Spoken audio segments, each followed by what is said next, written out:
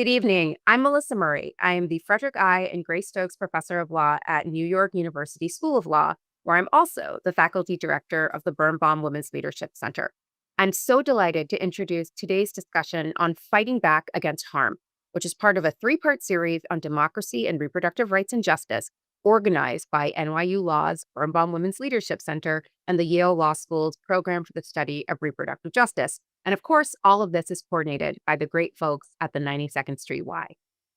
Today's movement for voting rights, LGBTQ rights, racial justice, and reproductive rights and justice face the threat of rising authoritarianism and the weaponization of federal funding. As disillusionment with our democracy pervades our elections, one critical question emerges. How do we protect democratic institutions from the onslaught of threats that we face? Tonight, our panelists will share their expertise on the real-world harms that are caused by these authoritarian policies and tactics. And more importantly, they will share their strategies for organizing a response at the local, state, and national levels.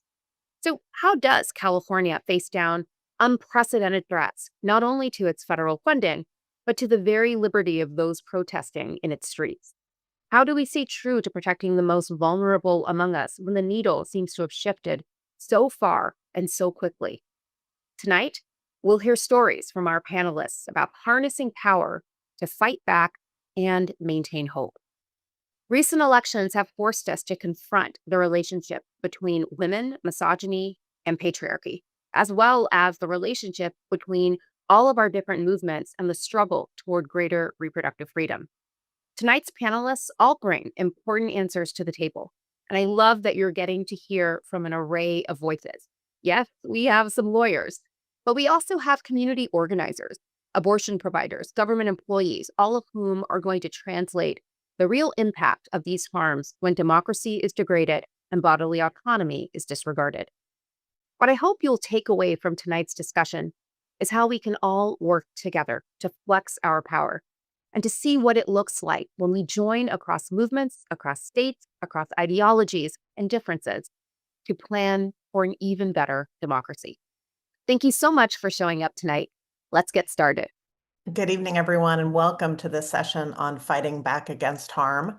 Tonight's session is focusing on the rising authoritarianism impacting all communities, previously seen in many states and now at a federal level, and how rising extremism is intersecting with the movement for reproductive rights and justice. The session is well-timed for many reasons, but also in particular, given that yesterday marked 3 years since the Supreme Court overturned Roe versus Wade in the Dobbs decision. I am thrilled to be here with you and our amazing panelists, who I will introduce in a moment. My name is Carrie Flaxman, and I am a senior legal advisor with Democracy Forward, where I help to lead our reproductive rights work.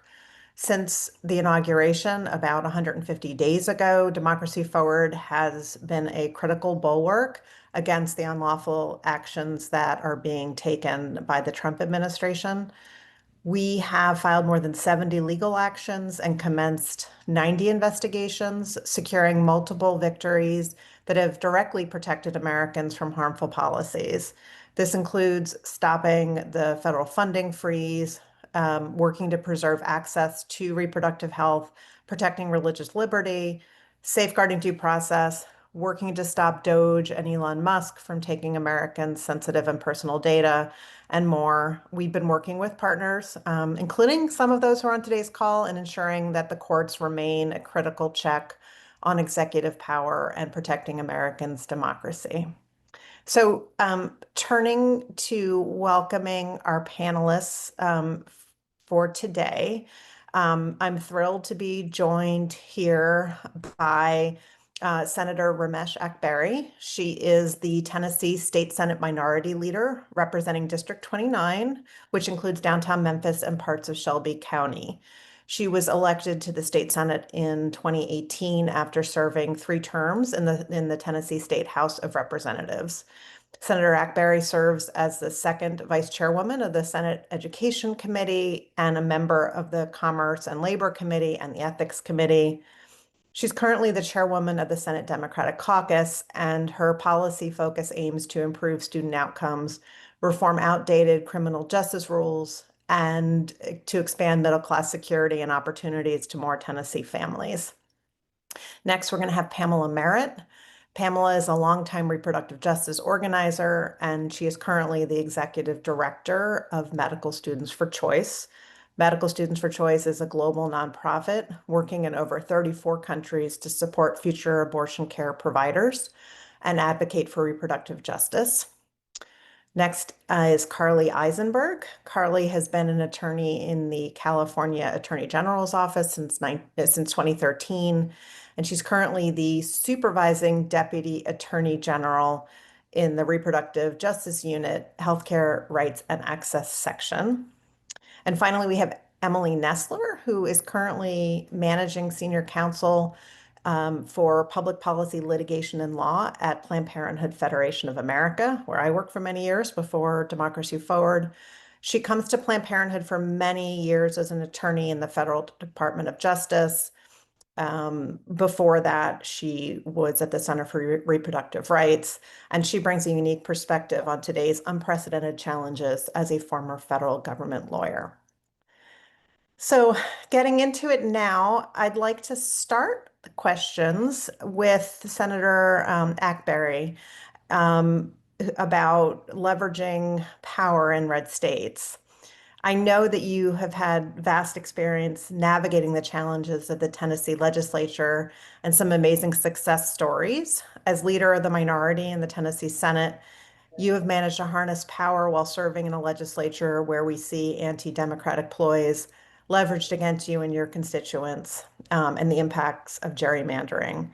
How have you managed to leverage the power that you do have in Tennessee to shine a light on these challenges?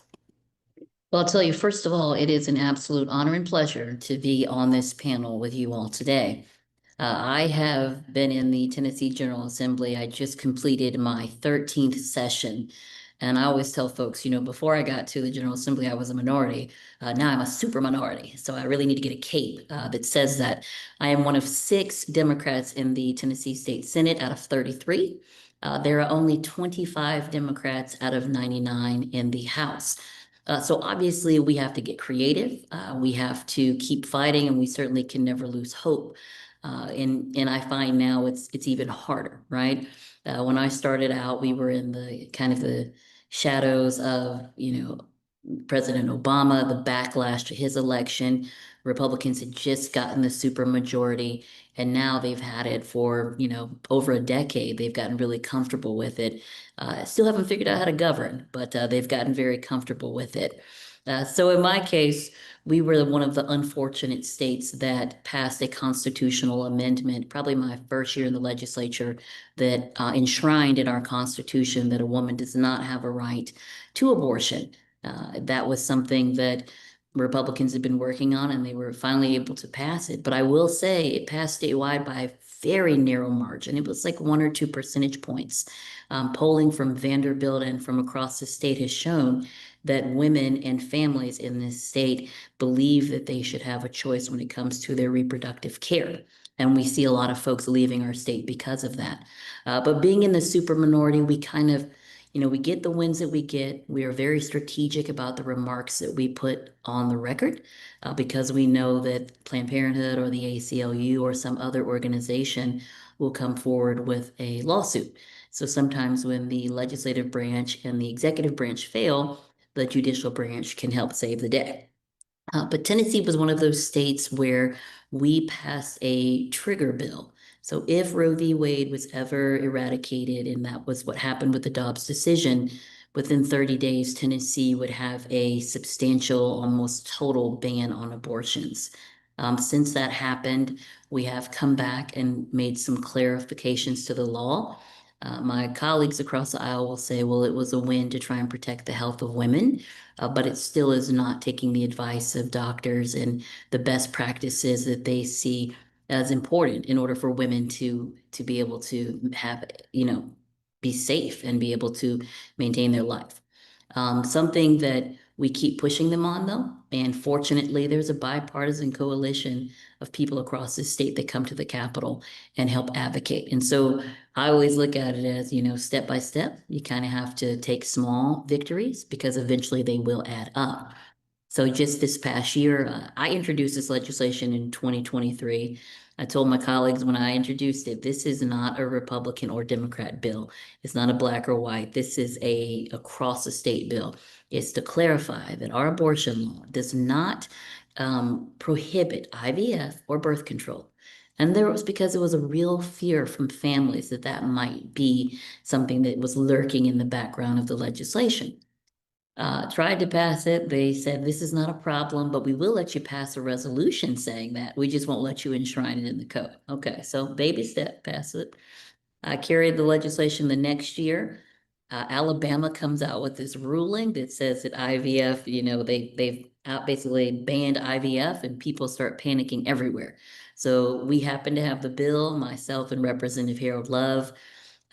He ran it first in the House. I think we probably could have gotten it out of the Senate, but he ran it first in the House. And unfortunately, we had a doctor say that, and legal concurred, that there was a small loophole that could have allowed for abortions because of how the disposal of embryos was worded. Completely ridiculous, but it gave us some fuel to say we're coming back next year. So we came back this legislative session. And one of the things that happens when you're in the super minority is that Republicans will take your bills. And the way I look at it is, it's a good thing. If we're getting something done for people, I can be a co-sponsor. I don't have to be a primary. So we had two Republican women who sponsored the legislation that enshrined in our code, and it is public chapter 247 that enshrined in our code that birth control and IVF were something that folks had a right to be able to get. And it was important. It was hard to get it through the House. The Senate, we're usually a little bit more open-minded, I think. I'll wrap up with an answer to your core of your question. How do you get things done in a red state? It's by one, taking baby steps, trying to find colleagues across the aisle that will agree with you on a subject matter. Now, look, we might not agree on the big issues, but if I can find some semblance of agreement, for instance, I did that with criminal justice reform. My colleagues, super rural Republicans in East Tennessee, they have cousins who want to get their gun rights back, or they have folks who want to be able to rent an apartment or be able to expunge their record. And so being able to connect with them, we were able to reduce our expungement fee from $450 to absolutely free. And this is something that was completely bipartisan. So one, looking for ways to find some agreement. Two, I don't take things personal, even though it's hard sometimes, and I don't attack people personally. I'm looking at issues because you have a right to your worldview, even if I feel like it's detrimental to mine. I cannot make you change your mind, so I'm going to focus on the issue. I'm going to call the issue stupid. I'm not going to call you stupid, so that I can have a conversation that can maybe help on another issue. And let's say the third and final thing is you just have to keep going for the people you represent. Being an elected official, there's a lot of pressure to get things done. Fortunately, people understand, like, oh, hey, those Republicans are in charge. We appreciate you fighting, but never losing sight of that I'm elected. I have 200,000 people I represent, and I have a seat at the table so that I can bring their voice to the table. They are not a voiceless people, but they need me to bring their voice to the table. And so that's what I try and focus on. This past year, I was able to pass 10 bills into law, and 3 of them came from emails from constituents. And that's what it's about. So stay positive, keep fighting. You got to have your little tribe. I have my sister tribe that I can go and say all the cuss words I need to over a ice cold French 75, and then I go back and fight another day. Thanks for that. That's incredibly inspiring to hear how you are continuing to fight on in spite of the supermajority and get things done for your constituents and give people hope in Tennessee. Do you have what kind of recommendations do you have for advocates facing authoritarian regimes at the state level, at the federal level? You mentioned emailing your representatives is probably some place to start, but do you have other advice for folks who are listening and looking for strategies right now? I definitely do. One, it is oftentimes a multi-year project. So don't get disappointed just because it didn't work out that year. We have a piece of legislation that we're working on that will be transformative for folks who have a criminal record. In Tennessee, if you owe back child support and you've exited the prison system, you cannot vote until you've paid that off. We're about to change that. We built a bipartisan coalition, and it has taken a decade to do. So don't lose hope. Always be nice to staff, because staff determines if you get an appointment, if your folder goes on the table or in the trash. And then number three, I'll say, be nice to the member that you're talking to, because people like to work with people who are nice to them. It's basic humanity. You don't want to work with someone who's unkind. You can disagree with someone strongly and not be disagreeable. And you have to talk to both sides. You can't just talk in an echo chamber, even if it's hard. And I'll say the last thing, it is hard. So bring people with you. Have a plan to how you're going to restore yourself. We had a group of young people, transgender young people, who were there for a very bad bill. And I told them, listen, my office is a safe space. We have espresso, we have snacks, we have blankets. Come here when you need to reset. I think that's important too. Do the work, but also restore yourself so that you can keep going. Stay encouraged, because it is a long battle. And if you have to tap out, tap somebody back in and just keep going. Thanks. That's really helpful to hear in this moment. I wanted to shift to Pamela. As I started, obviously we are 3 years from the Dobbs decision, and since Dobbs and the fall of Roe, we have seen unprecedented attacks on physicians, advocates, and patients' lives. What do you, in your role as an organizer and leader of Medical Students for Choice, see as the most egregious examples of those attacks? And what does that mean right now for providers and patients across the movement? And thinking more broadly, how do we join forces to organize across communities and protect the most vulnerable among us? Thank you. And it's a pleasure to be here today. So it's a great series of questions. I would say it's actually rather challenging to find the most egregious policy violation of human rights when it comes to access to reproductive health care. But I would definitely say that the vague way in which these laws have intentionally been written has created just so much confusion and legitimate fear from providers and from hospitals. And so the result of that are the stories you hear about people who are having to complete a miscarriage in a parking lot, or people who might have to have a delay in treatment for an ectopic pregnancy, which could mean that they will no longer be able to pursue a pregnancy in the future. So I think on a whole, the laws are poorly written, if I'm being kind, but I think that they are intentionally confusing, and that has had a lot of bad consequences. I should also point out that I represent medical students who want so very much to be the best doctor they can be and provide medically accurate and patient-centered care. But when your medical school is located in a state that has bounty laws or that has established felony penalties for saving a patient's life or their future fertility, that is trying to navigate medically unnecessary and incredibly cruel penalties of the law while you're trying to learn and you're trying to gain skills that you can only learn through hands-on work. We have residents in some 15 states who have to travel out of state to get access to in-clinic abortion training. And many of the states they're traveling out of actually have unworkable exclusion clauses for the life of the mother. Well, if you don't know how to perform an abortion, you can't save the life of a mother. So they're not even allowing people to train on the thing that they say makes these horrible laws more palatable. It's very confusing. We've already seen a lot of medical students decide not to match into residency programs that are located in these states. And as a reproductive justice organizer who has spent most of my career trying to address and reduce the maternal mortality rate in many of these states, the last thing anybody needs in a conservative, regressive state is a lack of providers. And that's kind of what we're looking at right now.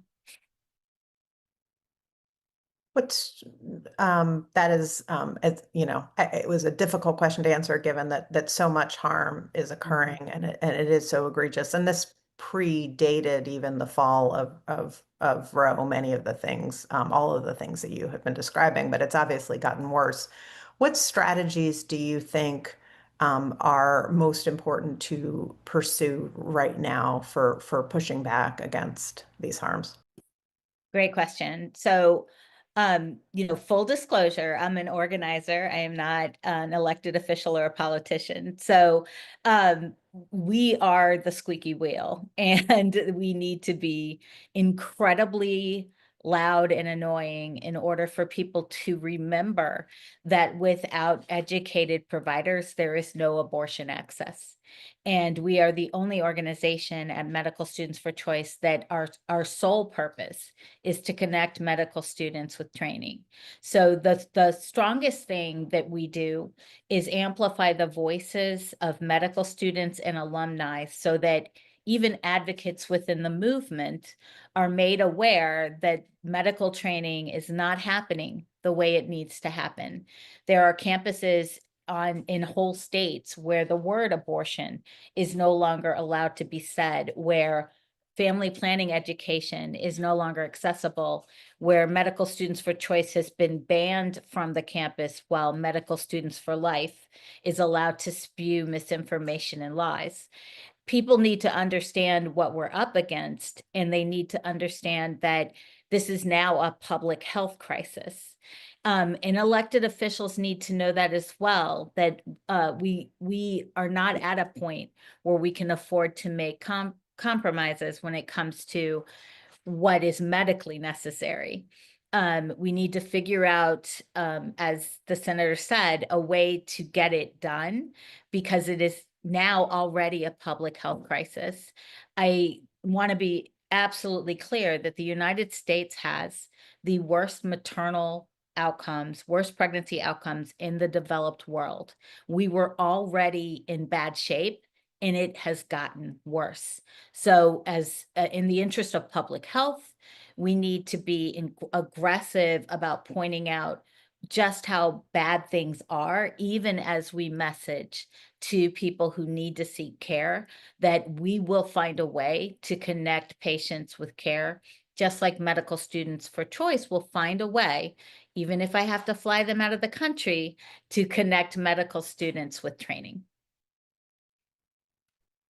And how do you view the, discrepancy between, we saw a lot of success, overwhelming success in the ballot initiatives in state after state, in support of the availability of abortion, while at the same time, state policies and now federal policies are regressive in this area. How do you account for that, and how does that inform your strategies? So, I watched ballot measures kind of almost immediately after the Dobbs decision. I think we had Kansas and then we had Kentucky, some proactive, some defensive ballot measures. But what I noticed is that ballot measures are a campaign. They are a tactic. They have to be tethered to a strategy. And if you're going to increase access to abortion in a meaningful, sustainable way, you have to incorporate the reality that one political party is absolutely opposed to bodily autonomy, and one political party, for the most part, is not opposed to bodily autonomy.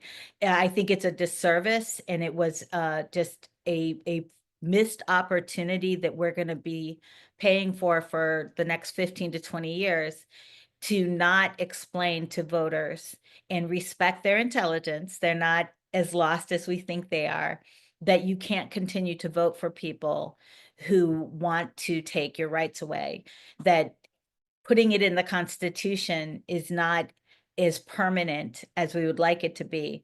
And we're in a rare moment right now. The Dobbs decision is a case study in the fact that settled law, stare decisis, isn't what it used to be. So, we can't just assume that we can change the Constitution and that the opposition won't use the same mechanism we used to change it back. So I think it's important that we use the fact that abortion is incredibly popular, that it is a unifying issue, which I and many advocates have been saying for 20 years. We now have proof that it is a unifying issue. And so we need to use the issue to unite people behind the political strategies and candidates who will advance what the majority wants. I hope it's a painful lesson to learn.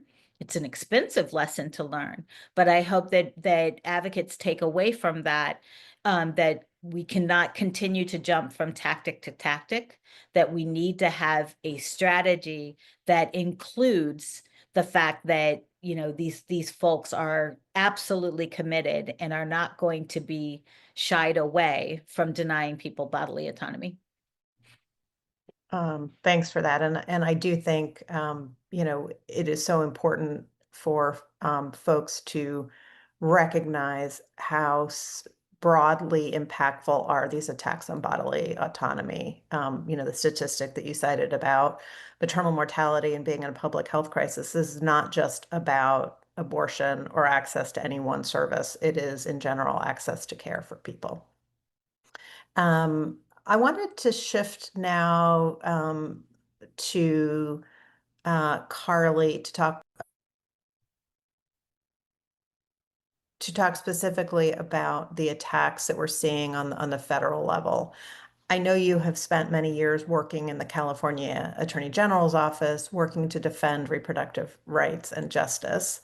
And so you sit in a unique spot in that you're working for a progressive state attorney general, yet facing down an unpredictable new administration that is threatening states, including California, with loss of federal funding when policies clash. And I know you were at the AG's office during the first Trump administration. So what are the attacks you are tracking right now? And if you could, I know from the work that we are doing at Democracy Forward that obviously these attacks are unprecedented, even as compared to the first Trump administration. So it would be really helpful if you could walk through what those attacks are that you are seeing. Unprecedented is definitely the right word. It is very extremely unprecedented, but I will say that the attorney generals are ready. We knew a little bit what was coming, and we've responded to what we've seen out of this federal administration. So to put it into context, I think you're right to sort of do a comparison. So in the first Trump administration between 2017 and 2021, California filed 123 lawsuits against the Trump administration. A significant portion of those lawsuits were related, not all of them, but a lot were related to federal rulemaking. So what that means is the federal Trump administration would come out with maybe they would do notice and comment. The states would comment. Sometimes they didn't do notice and comment, but we would then have challenges about their regulatory changes they were seeking to make. And the litigation was on a variety of issues, environmental issues, healthcare, immigration, but the litigation would be about the rules that were coming out, were they arbitrary and capricious? Were they contrary to law? Of the 123 lawsuits, California was successful in about 2/3 of those. Fast forward to where we are now, we have filed, I want to say 25 to date. It's a little difficult to keep on top of and track of all the lawsuits, but I think we're at 25, and the lawsuits are very different.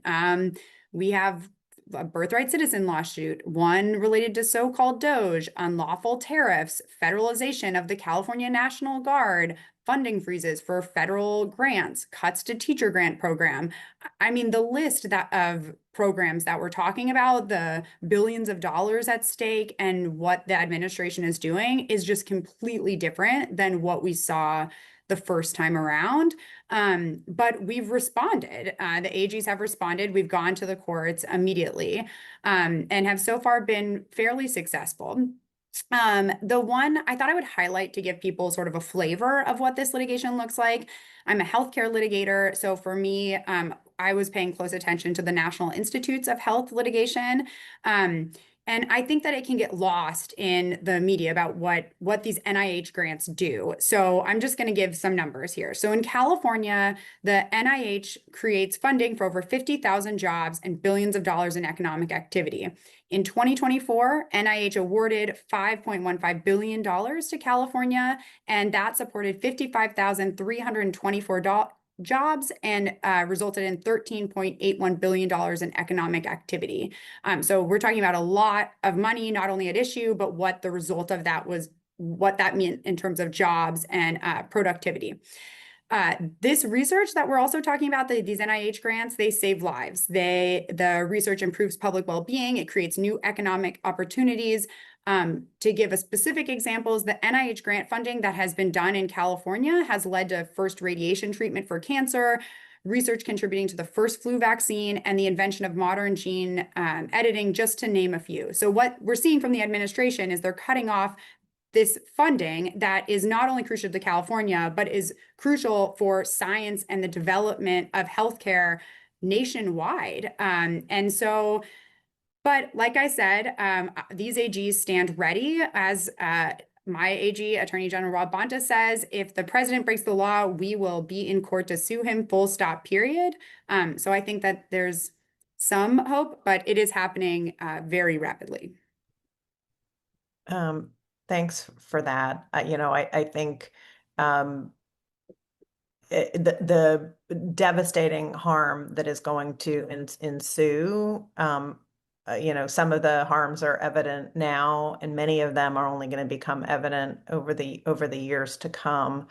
I think it's probably helpful to think about this, as Senator Ackberry said, about, this is going to be a long fight. And we're going to see harms now, and we're going to continue to see them. I think that was great, really helpful to see it in terms of the overview. But I, would love for you to also address how you and others in California and other blue states are fighting back against these harms and moving the ball forward to protect reproductive freedom, given your unique position as both being able to fight back against the Trump administration, but also in a progressive state with the ability to pass laws and in your role as enforcing them. So how at this moment are you working to maintain the balance of power between the federal and state governments in the face of these unprecedented attacks, and particularly with respect to reproductive rights? Yeah, thanks for the question.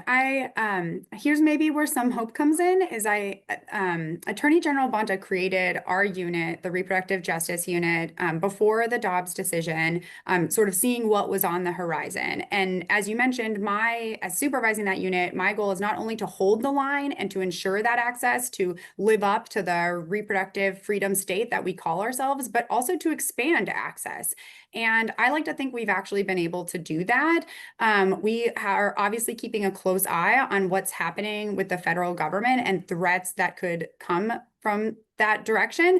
But we have for years now been moving forward to expand access. And that involves using all the tools in the AG's tool belt. So things like litigation, legislation, education, publishing reports. I like to think of ourselves as problem solvers. So we are engaged with the stakeholders in the community, and someone identifies a problem and we figure out what is the best way to solve that problem. Is it litigation? Not always. Is there a better way to do that?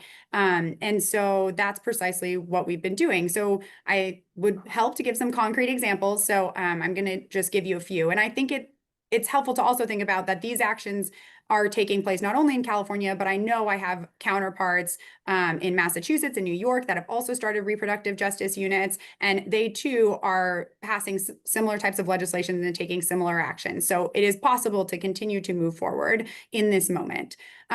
So to litigation, I think primarily at the Attorney General's office, we think of ourselves as litigators. So one thing that we have been focused on doing is utilizing our state laws in state court to expand access. So I'll give one example.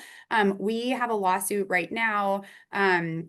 It is in Humboldt County. That's a northern part of California. This case came to our attention. A woman named Anna Neslock was unable to obtain an emergency abortion. The hospital up there sent her away with bucket and rags and told her that she was going to have to drive in an emergency situation to another hospital to receive care. And this is something that, as Pamela mentioned, we've been hearing these stories, but usually they're out of places like Texas, where there are bans going on and hospitals are reluctant to take action. But in this instance, it happened in California. At the time, Anna, thank goodness, was able to receive care at a hospital down the road, but we learned that that hospital was closing its L&D unit, its labor and delivery unit. And so if this situation arose again in Humboldt County, it isn't clear what would happen to the next pregnant patient that would walk in the door. So this came to our attention. We quickly filed a lawsuit, a preliminary injunction against the hospital using our state law. So at the federal level, there's a federal law that Pamela mentioned earlier. It's EMTALA. And that requires hospitals to essentially not engage in patient dumping, which is what it sounds like. So it's to ensure that patients receive stabilizing medical care when they arrive in an emergency room. And that, for decades, has been interpreted to include emergency abortion care too. In California, we have what is an emergency services law. It's been on the books for a very long time. All our hospitals have to comply with it. And we have always required that it cover abortion services as well. Now, in this moment, just recently, actually, the federal administration has rescinded guidance that the Biden administration had issued on EMTALA. So what that means is post-Dobbs, the Biden administration said, look, there's this federal law, EMTALA, it's on the books. Hospitals have to provide this emergency stabilizing abortion care in all states across the country under this federal statute. But the Trump administration has rescinded that guidance. This is sowing confusion in what is already a confusing moment when it comes to emergency healthcare across the country. So, but irrespective of that, California has a state law, and our AG's offices, AG Bonta, is enforcing our state laws against hospitals in California to ensure that they are complying, that emergency abortion care is being provided. And so that lawsuit continues. We've been successful thus far in ensuring continued access and getting injunctive relief and overcoming the demur. So that's one example of affirmative litigation that we're engaging in. And we're also defending legislation. Post-Dobbs, there was a wave of legislation that happened in California. I think on prior panels, there's been discussion of shield laws. And so our office stands ready to defend any challenges to that litigation. There's already been some, and we've so far been successful to hold on to our protective California laws. Another tool in our tool belt is legislation. So that in our state, the AG can sponsor or co-sponsor legislation. And we've been doing that now for the last few years relating to ensuring privacy for reproductive health care and also trying to get at the maternal mortality issue to ensure that hospitals are actually doing the implicit bias training that they're required to do by law. It's one thing to have a law in the books. It's another to ensure that it's being complied with and putting teeth to those requirements. So that was another piece of legislation that that the AG Bonta sponsored, and we were able to get through and signed by our governor. And as I mentioned too, education. So I think in this moment, it's really important to inform consumers, Californians, about their rights. And so we have issued lots of Know Your Rights bulletins on all sorts of things, and also directing them on issues as including privacy and how to ensure privacy in this moment in time when accessing reproductive health care. We also, as the AG Bonta, is the chief law enforcement officer of the state. And so we issue bulletins to law enforcement as well, advising them of recent changes in the law and ensuring that they know about, for instance, our shield law protections, our non-extradition orders that are in effect in terms of if another state were to try to come after one of the California-based providers for providing certain types of care. So education is, I think, a really critical role of our office right now.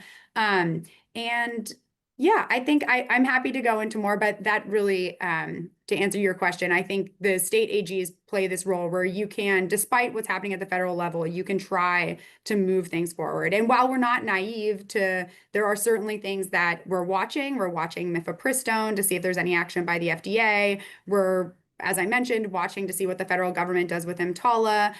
We're watching the congressional bill to see what happens. Federal funding is top of mind and prepared to take swift action. All of that is happening simultaneously while also trying to advance the ball.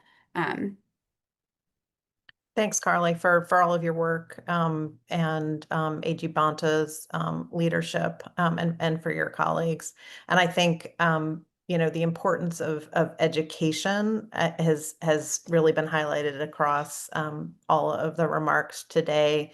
Continuing to do the work to make sure that people understand their rights, understand the ways in which these regressive policies are impacting their ability to exercise their autonomy to get access to care services is really critical in this moment. So I'm going to turn it now to Emily. Given your vast experience both in nonprofit spaces and working inside the federal government, having led litigation at DOJ and then Center for Reproductive Rights and back to DOJ and now helping to lead the litigation team at Planned Parenthood. This is obviously an unprecedented moment. And how are you thinking about what the biggest threats are to access to reproductive rights and the nonprofits that support them like Planned Parenthood? Thanks, Carrie. Hi, everybody. I am thrilled to be here. There is a lot to unpack both with that question and what all of you have spoken about already. One of the things about representing healthcare providers, which is what we, of course, do on behalf of the Planned Parenthood entities that provide healthcare on the ground, is it's our role to look at the full spectrum of attacks to maintain access for patients and protect our clients from every angle. And one of the things that has been really hard, both in the first Trump administration and again during this one, is that you're, of course, you're dealing with attacks from two different directions, right? But especially prior to the first Trump administration, even under Republican administrations, before Trump, we didn't see the kinds of federal attacks that we have seen from the Trump administration. That part of the problem was kind of largely dormant from the federal government. I mean, there were things around the fringes, but not the kind of direct attacks we've seen. And so, of course, for many years, we were chipping away at state level abortion restrictions under Roe. And of course, Roe has now been overturned by Dobbs, but I don't think that that has actually turned out to be, I'm sure people will disagree with me about this. I don't think it's turned out to be quite as hopeless as people assume. It's obviously a devastating setback, but somebody mentioned the ballot initiatives and the constitutional amendments that have come into passage in the wake of Dobbs, which is both hopeful because it means people want that right, but also has provided a whole new mechanism to fight back against state level abortion restrictions. Because in the absence of a federal right, when you do have a state level right, we are just back at it again, bringing the same kinds of abortion cases that we were bringing in federal court under Roe v. Wade against state governments with regressive abortion laws, just utilizing the state constitutions instead in those places, and have actually had tremendous success on the ground with that, which I think is a really hopeful piece of the story that doesn't always get covered, because I think the national cases in the federal courts often get a lot more attention, and a decision from a state court is just as powerful as a decision from a federal court. And so it's worth paying attention to. And of course, is also the reason why state legislators are so important, right? We have one with us here today, fortunately, but it's, like state legislators are the ones who who get those laws onto the books that we can then use as litigators to fight back against other regressive policies down the road. So it is super important, and that state level work is still happening. It's happening in state court. It is powerful and it is effective, and we are fighting to do that work every day. And we have expanded access in state courts.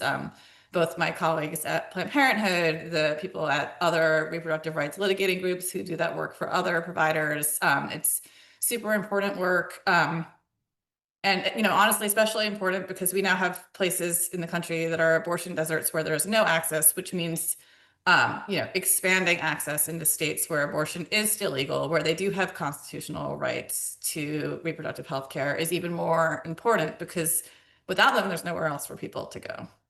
Now the federal government space is, you know, where I've been in and out of for a lot of my career. And I think, you know, Carly touched on the differences between the types of attacks we've seen during the first Trump administration and the types of attacks we see now.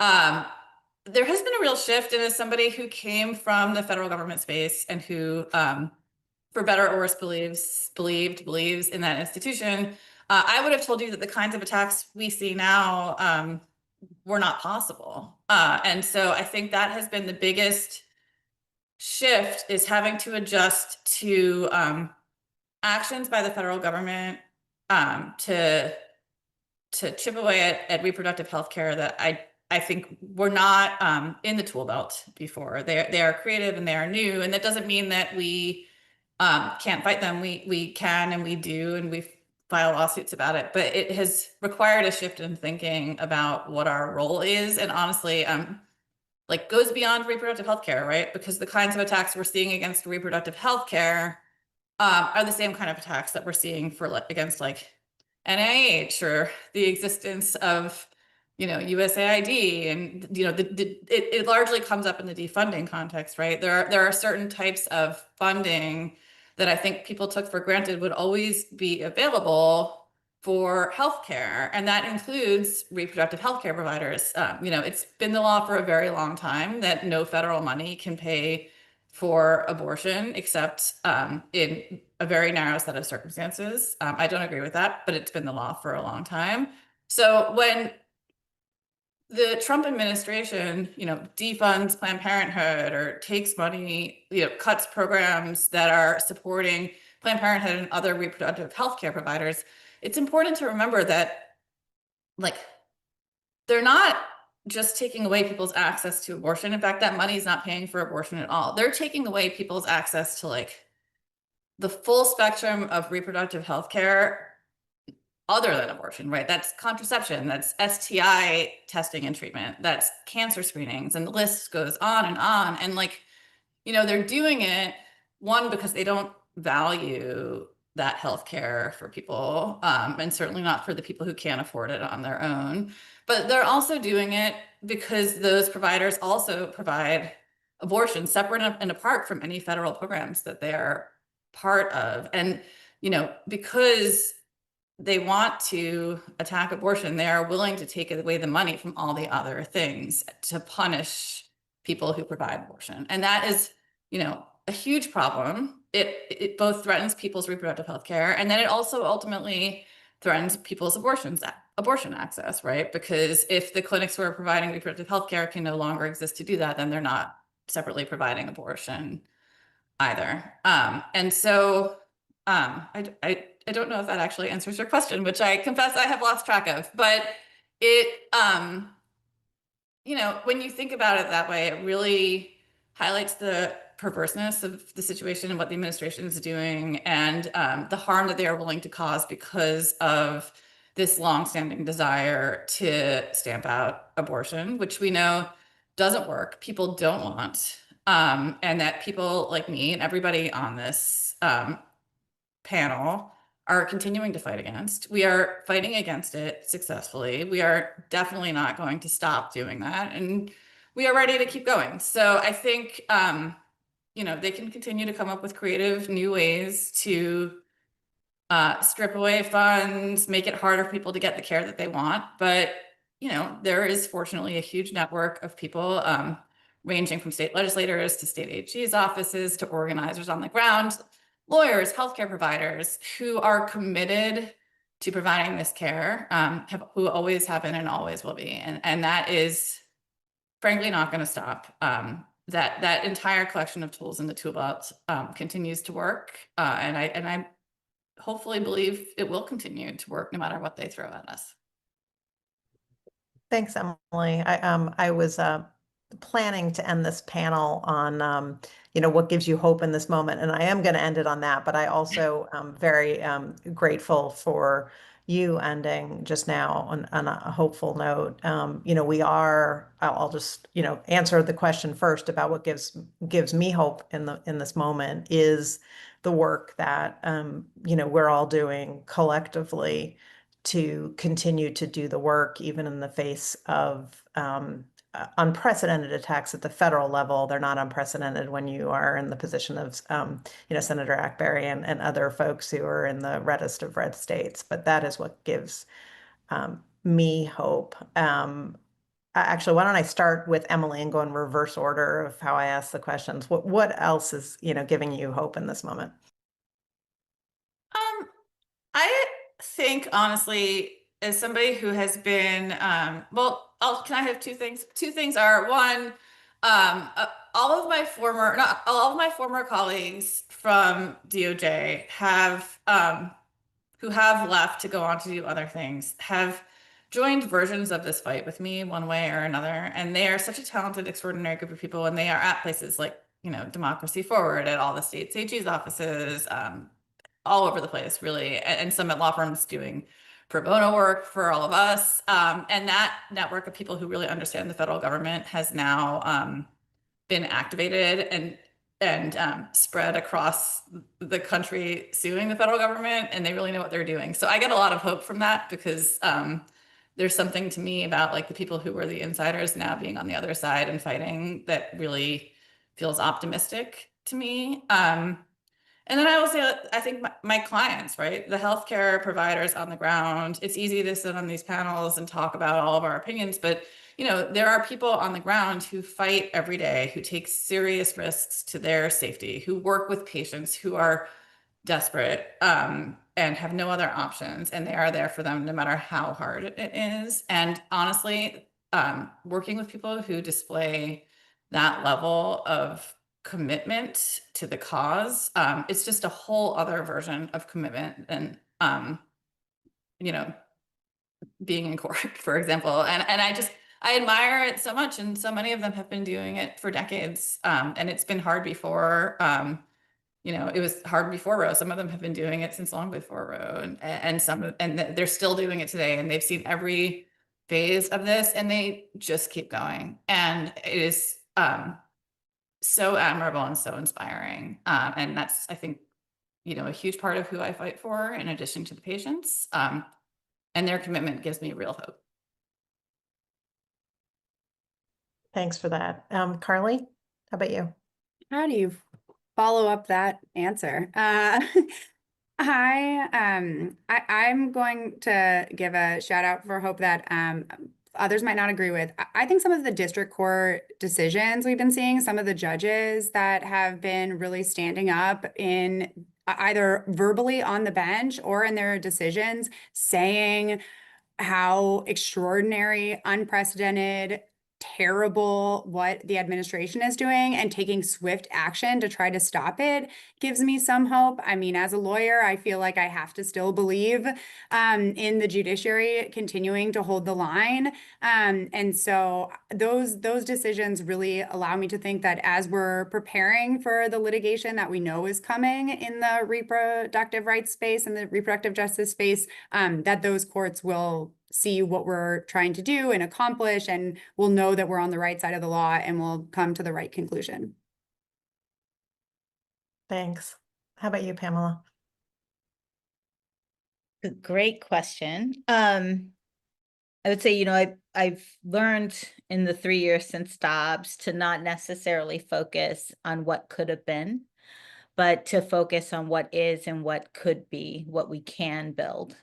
So I would say I wake up every day knowing that every single right I have in this country was granted through activism, on the street, speaking truth to power in the face of overwhelming and often violent opposition.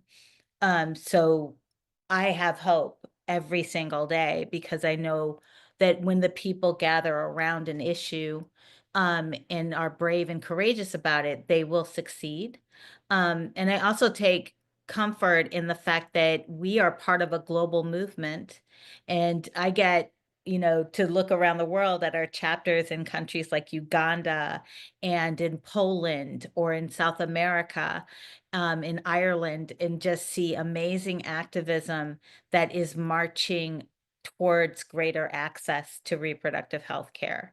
So I know that this is going to ultimately end with the dismantling of reproductive oppression and the expansion of rights.